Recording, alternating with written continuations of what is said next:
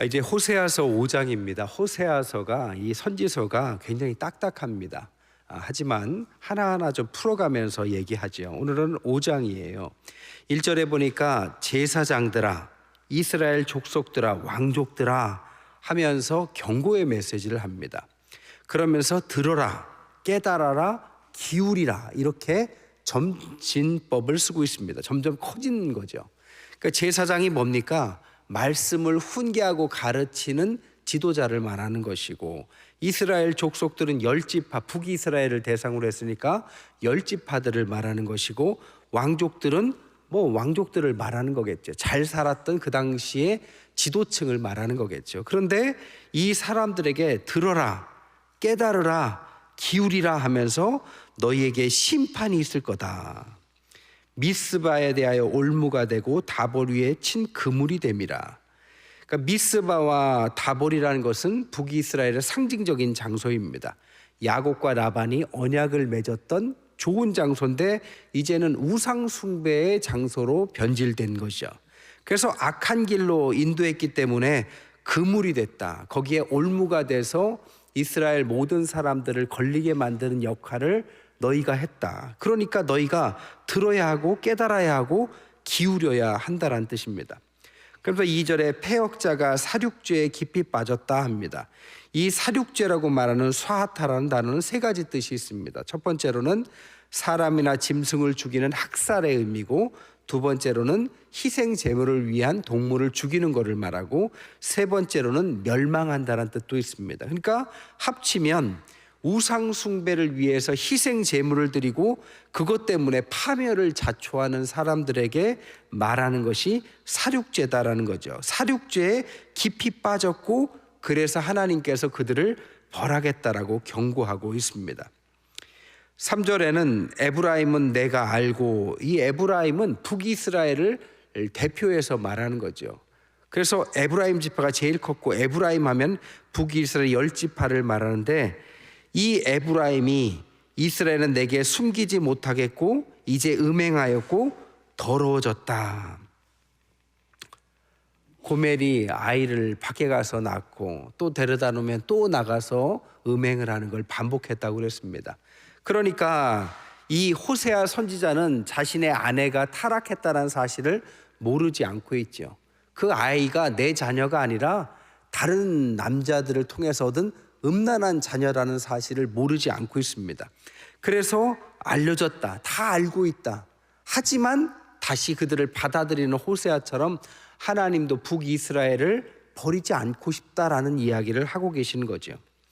4절에서는 그들의 행위가 그들로 자기 하나님께 돌아가지 못하게 하나니 음란한 마음이 그 속에 있어 여호와를 알지 못하는 까닭이다. 그들이 잘못된 행동을 했기 때문에 하나님 앞에 못 돌아온다라는 얘기 같지만 그게 아니라 잘못한 행동을 해도 돌아올 수 있습니다. 교도소를 저희가 뭐하러 전도하러 갈까요? 잘못을 했고 객관적으로 죄를 지었는데 그 사람들이 하나님 앞에 용서받지 못한다면 교도소에 갈 필요 없겠죠. 포기해야 되겠죠. 그러나 그들조차도 하나님께서 용서하실 수 있는 거죠. 마찬가지로 하나님께서는 행위를 보는 게 아니라 지금 문제가 뭐냐? 음란한 마음이 있다라는 것입니다. 잘못을 해도 잘못의 문제가 아닙니다.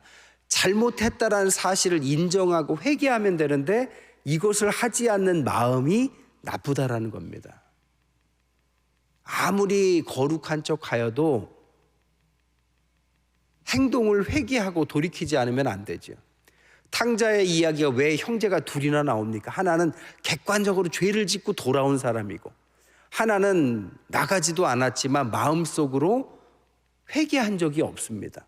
항상 아버지께 불만이 있었고 동생이 돌아오는 것에 용서하지 못하죠. 누가 더 문제라는 겁니까? 이 이야기를 하고 있는 거죠. 우리의 마음속에도 마찬가지예요.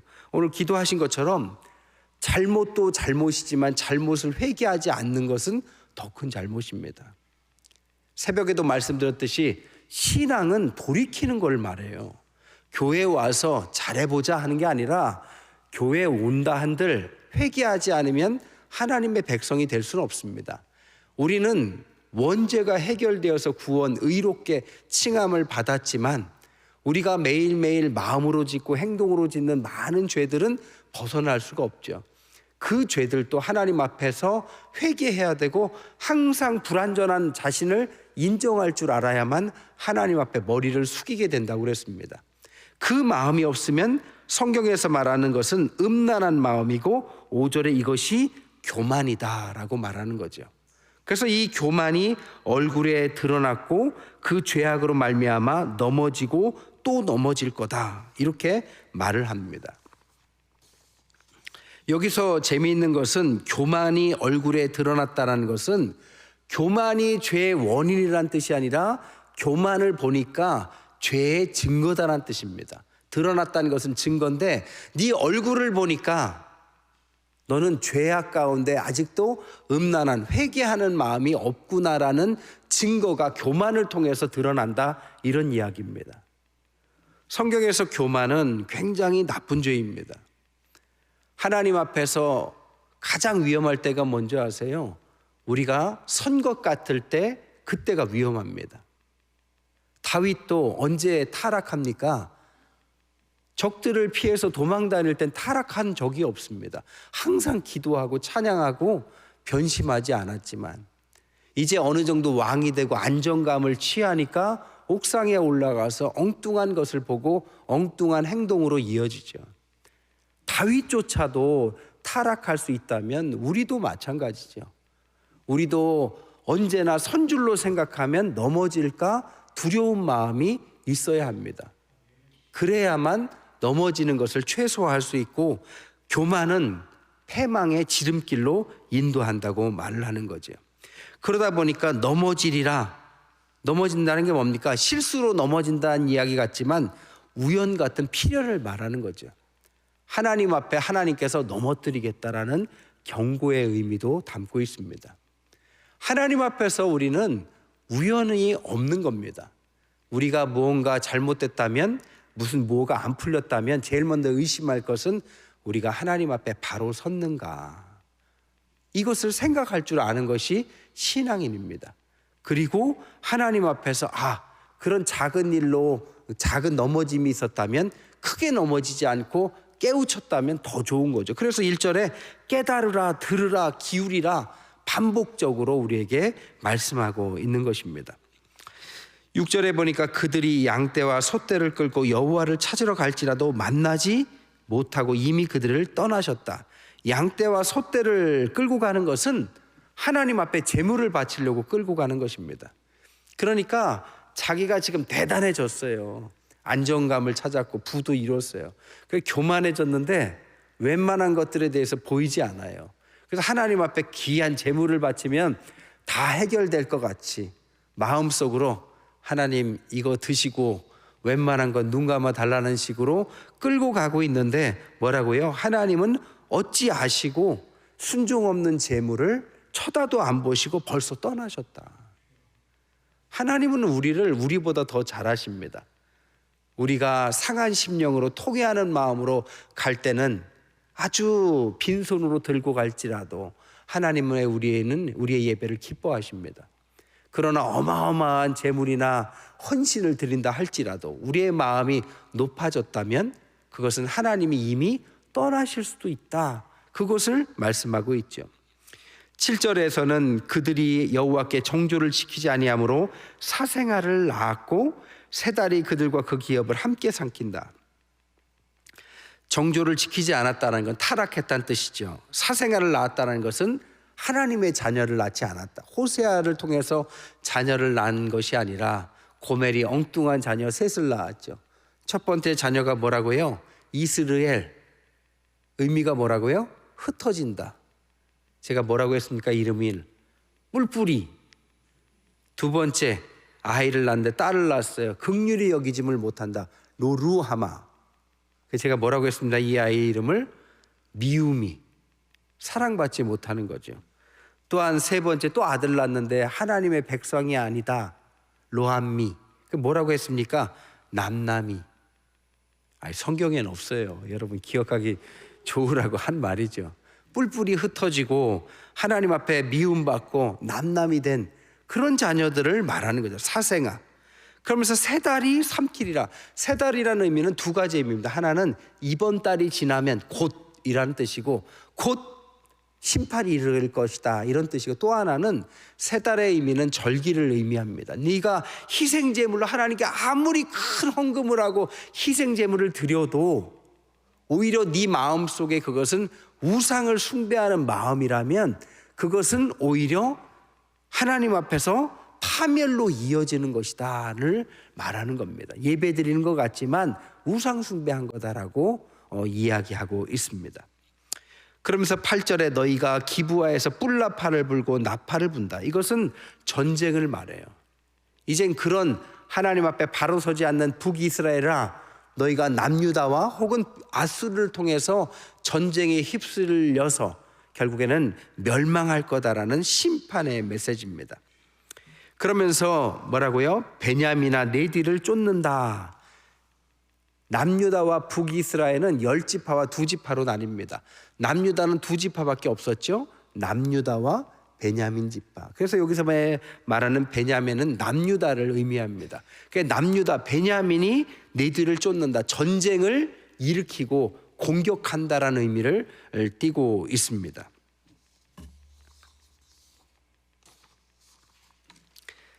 그래서 언젠가는 벌하는 날 에브라임, 북이스라엘이 황폐하게 될 것이고, 10절에 보니까 유다의 지도자들은 경계표를 옮기는 자 같으니, 경계표가 뭐냐면 땅의 기준을 말하는 겁니다. 그러니까 국토의 기준을 말하는데 남유다가 국토의 경계를 옮겼다라는 것은 전쟁을 일으켰다는 뜻입니다. 전쟁을 일으켜서 너희를 침공할 수 있다. 그런데 그것은 하나님 앞에서 벌받는 일입니다. 하지만 그것도 또 하나의 심판의 일부로 경계표를 옮겨서 심판받을 수 있다라는 것이죠. 그리고 11절에 보니까 에브라임은 사람의 명령 뒤따르기를 좋아하므로 학대를 받고 재판에 압제를 받는다. 에브라임, 북이스라엘은 하나님의 명령이 아니라 사람의 명령을 따른다.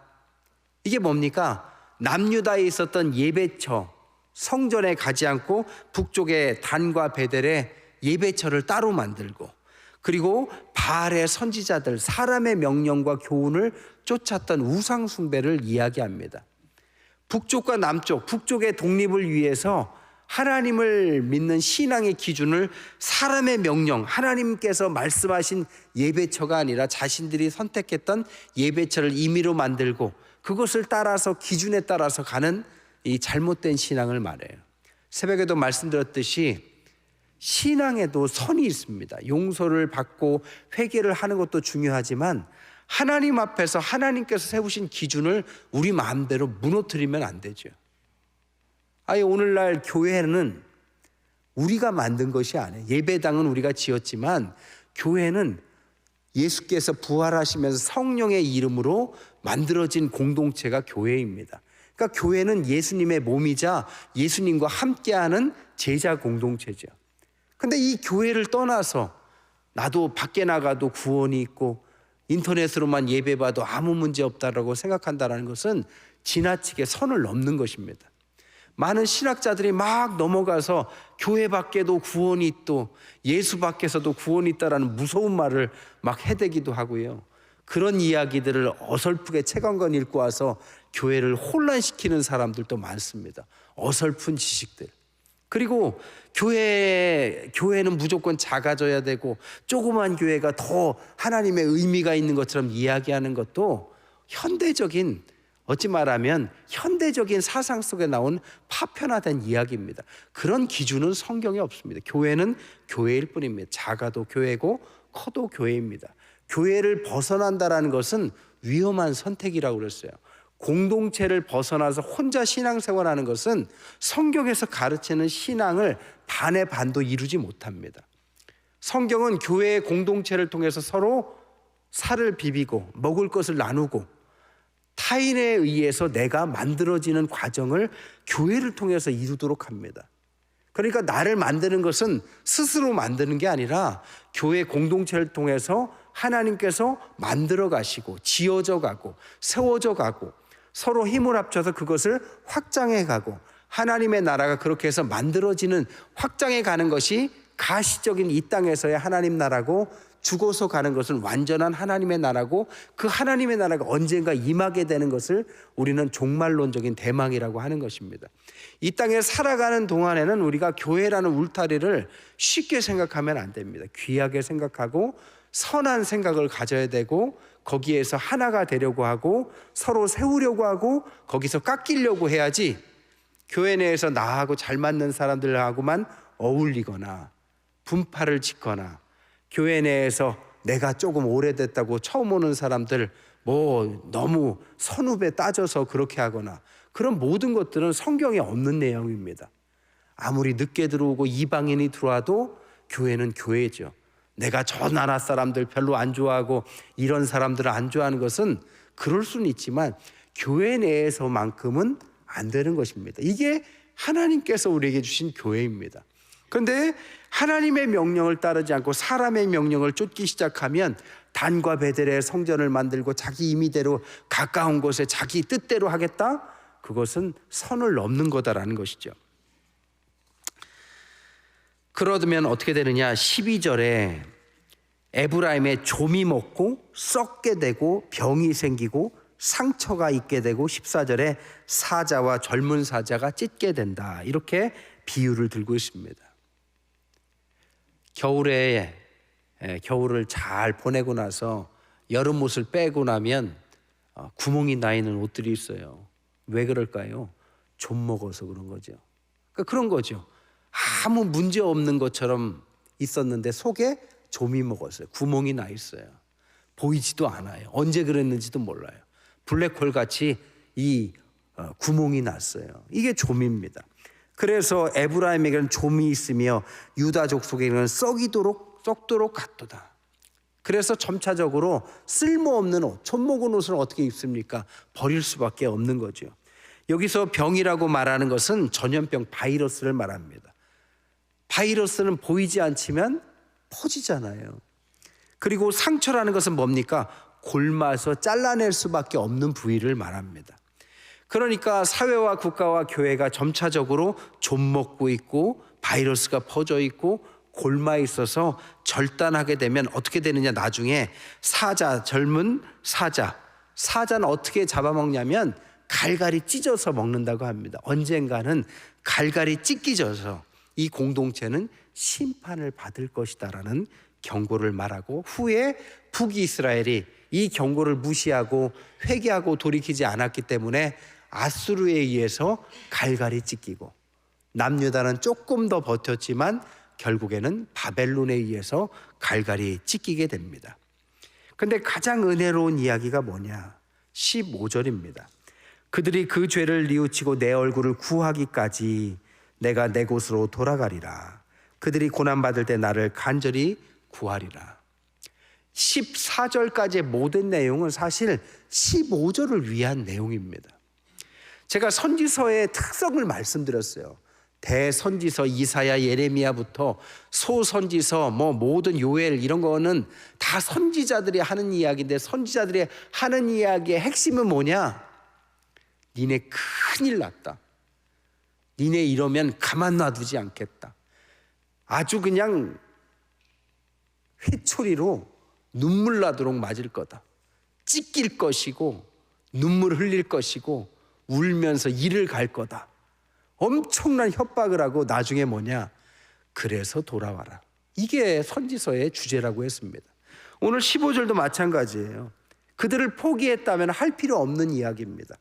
죄를 뉘우치고 내 얼굴을 구하기까지, 즉 반대로 이야기하면 회개하고 돌이키면 그들이 고난받을 때 나를 간절히 구하리라.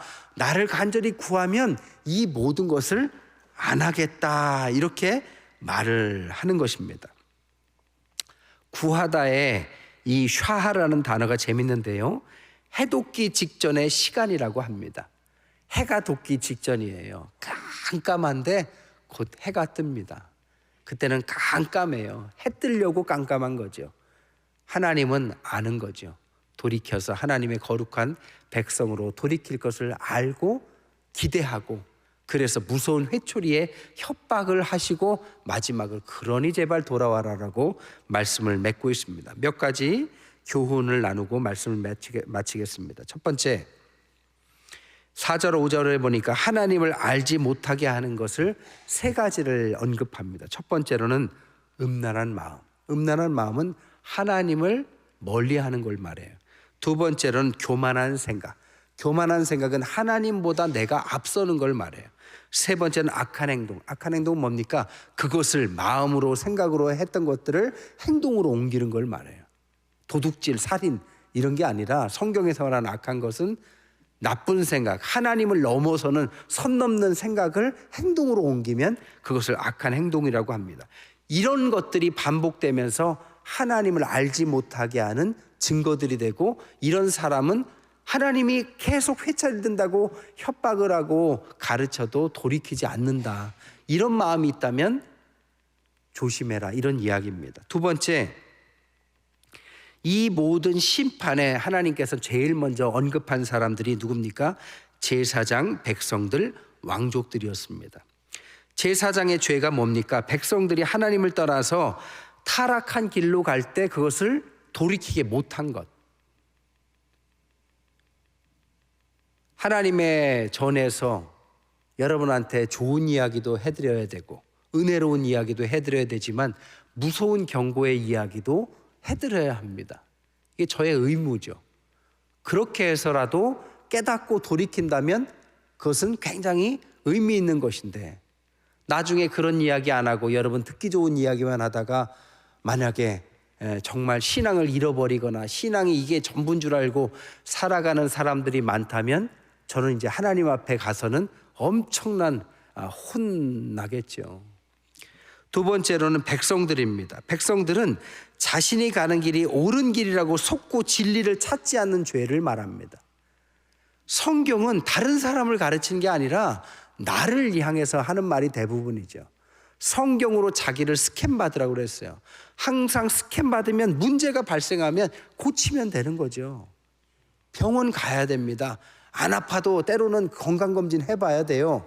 가보면 뭐라도 나와요. 요만한 용종이라도 있어요. 그러면 떼버려야지. 그걸 놔두면 병을 키우는 거죠. 세 번째로는 왕족들의 죄입니다. 왕족들이 뭐냐? 백성들이 고단하게 사는데 혼자 잘 나가는 사람들을 말해요. 뭐 왕만 그러겠어요. 내가 지금 편안하다고 모두 편안한 건 아니잖아요.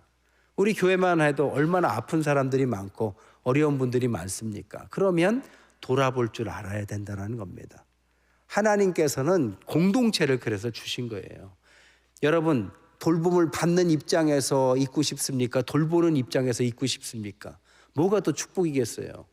남을 가서 도와주고 밥이라도 사줄 수 있는 형편이면 그게 축복이죠. 근데 그런 형편을 줬는데도 그렇지 않는다면 그것은 죄라는 것입니다.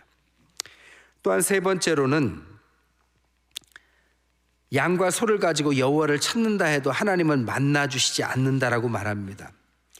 여러분, 종교 행위, 예배를 드리는 것 자체가 면죄부를 주는 것은 아닙니다. 신앙은 보험이 아니에요. 신앙은 잘못될까 봐 들어놓은 실손보험이 아니라 신앙은 뭐냐? 삶의 나침판입니다. 길을 잃지 말라고 말씀을 주고 그것을 통해서 기독해 하고 잘못된 것을 쳐서 복종해서 잘된 길로 인도하도록 가르치는 것이 신앙입니다.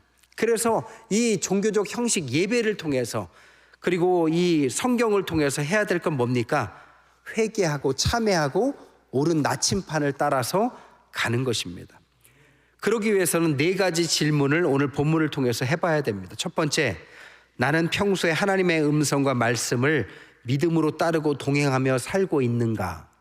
두 번째, 나는 혹시 형식적인 신앙으로 하나님을 속이고도 세상의 연락을 즐거워하며 살고만 있지 않는가? 세 번째, 하나님께서는 사랑하는 백성들이 죄와 음행에 빠지면 심판하시고 인생의 채찍으로 고난을 받게 하심을 나는 믿고 있는가?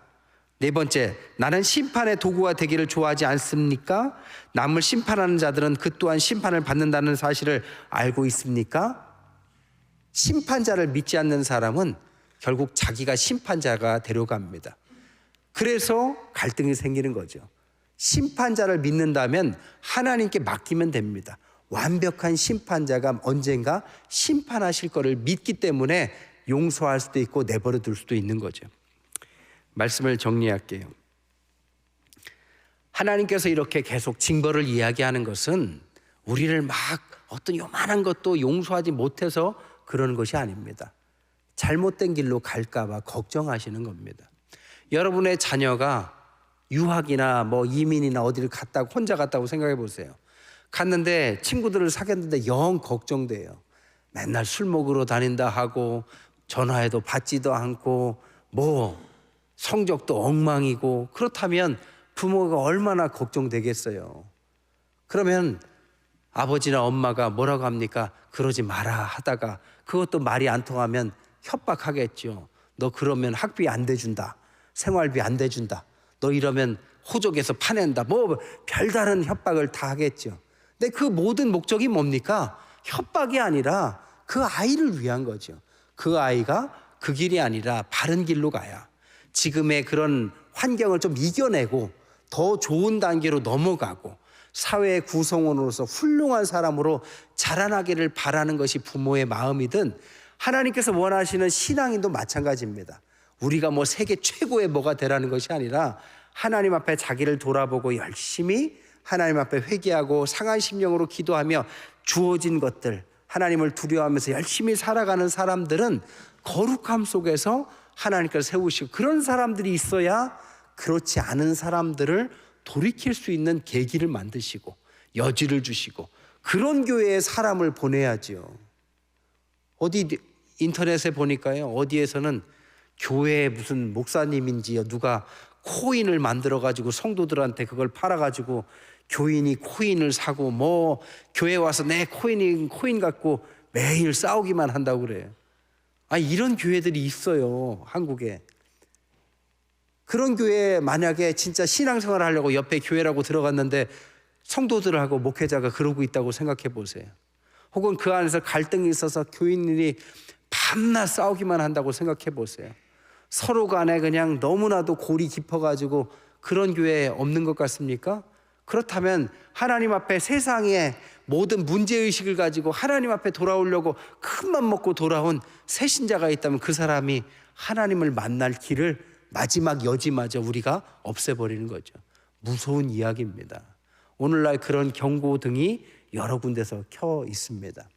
우리가 하나님 앞에서 바르게 사는 이유를 여러 가지가 찾을 수 있어. 중요한 것은 하나님의 사랑이 우리에게 있기 때문입니다.